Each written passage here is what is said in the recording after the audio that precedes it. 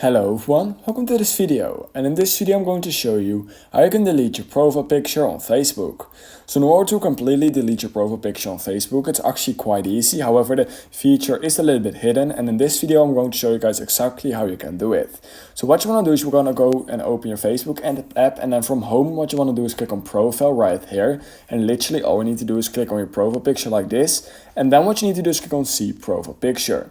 Then this pops up, and what you can do is go to the top right corner of your screen, click on those three dots, and literally what you can do is click on delete photo, and you want to make sure to click on delete, just like this. It's going to load a little bit, and literally right now my profile picture will be removed. And if we right now refresh, alright, so after a little bit of refreshing, it takes about 10 to 15 seconds, you will see that now your profile picture is gone, and you can now select your profile picture in order to actually set a new one, of course, or you can just keep it like this if you want to.